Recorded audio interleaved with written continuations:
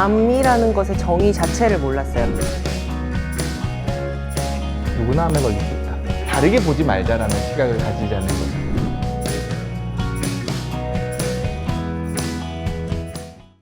이번에는 암 경험자분들의 가족분들께서 또 사연을 보내주셔서 제가 소개를 해드릴게요.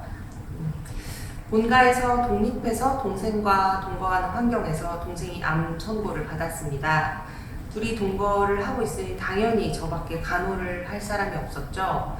비즈니스 활동을 1년간 할 수 없게 되었고 병원 통원 치료에 동행하고 삼시세끼 암 환자식을 배워 요리를 했습니다.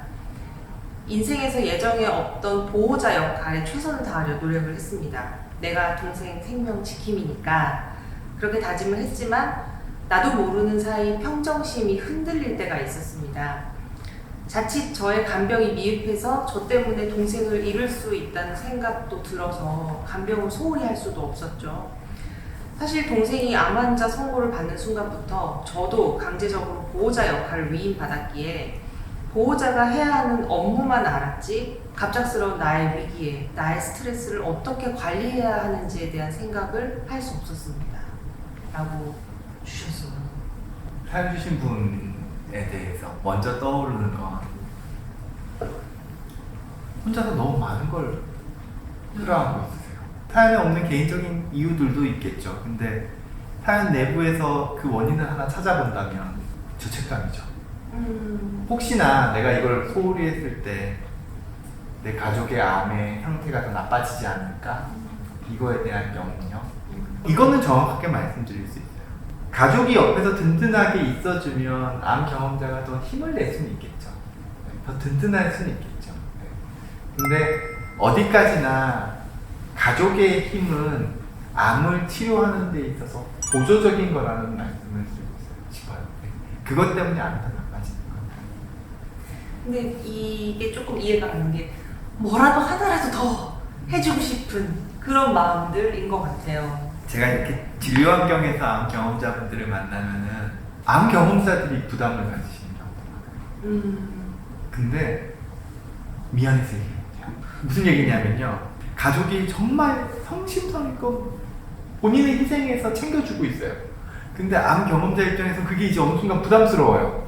그리고 이 가족이 너무 힘들어하는 것도 보여요. 그래서 그만두게끔 하고 싶은데 내가 이렇게 이야기하는 게 또 한편으로는 열심히 나를 챙겨주고 있는 가족한테 상처를 줄까봐 얘기를 못해요. 근데 그 반대 입장도 있을 수 있다.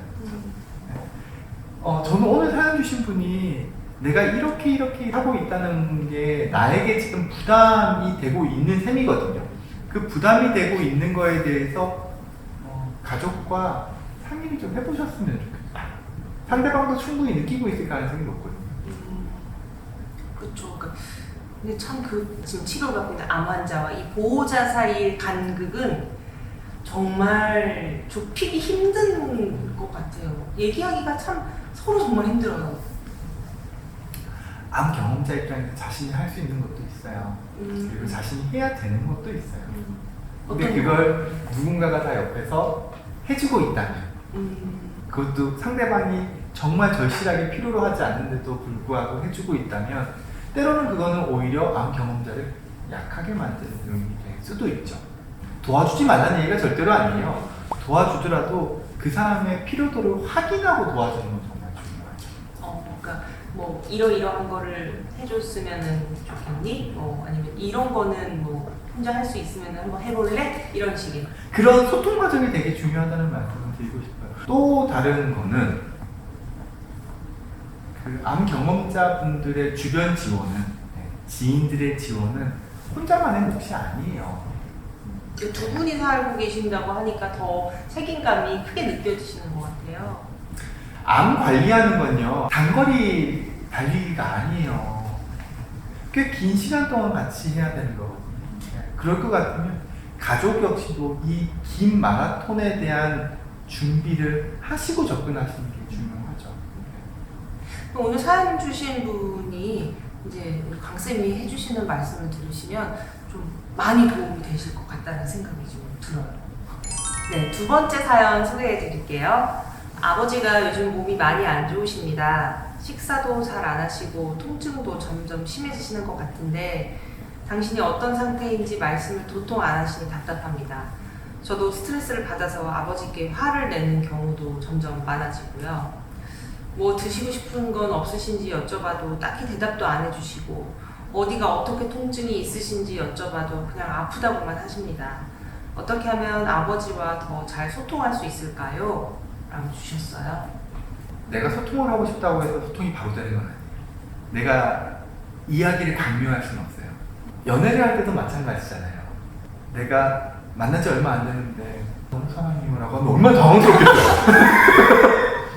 이게 은근히 썸이 중요하다고요. 연애에서 썸이 중요하듯이 가족 간의 소통에 있어서도 그 준비 과정은 중요해요. 근데 아마 오늘 사연 주신 분은 아버지랑 평소에도 그렇게 깊은 대화를 많이 나누지 않았을 가능성이 높아 보이거든요. 네. 그러니까 서로서로 서먹한 거예요. 사람마다 마음을 열 수 있는 방법은 여러 개가 있을 거예요.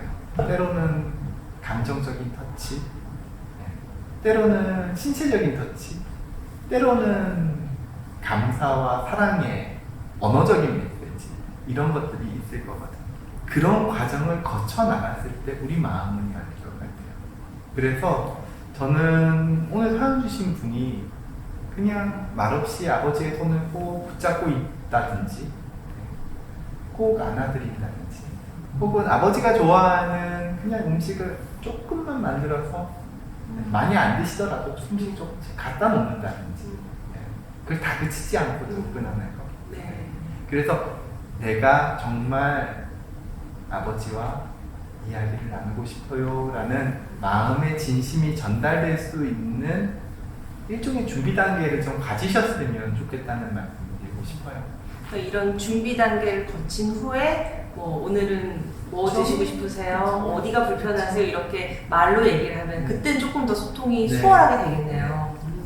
근데 이런 방법을 참 우리나라 사람들 특히 잘 몰라요. 그냥 말부터 해요.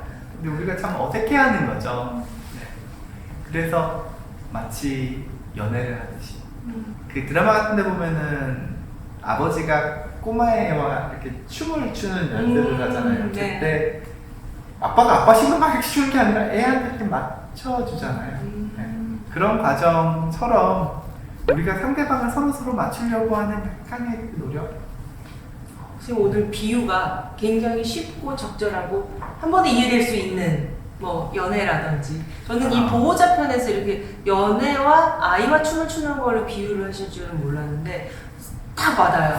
우리가 어떤 소통을 나눌 때는 상대방의 방식에 귀를 기울이고 내가 거기서 뭔가 이렇게 핀트가 잘 맞지 않을 수 있다면 내가 조금은 천천히 다가가려고 하는 것. 이 방송을 보고 계신 보호자분들 오늘은 그냥 손 한 번 딱 잡는 걸로 첫 스타트를 하시는 게 좋을 것 같아요.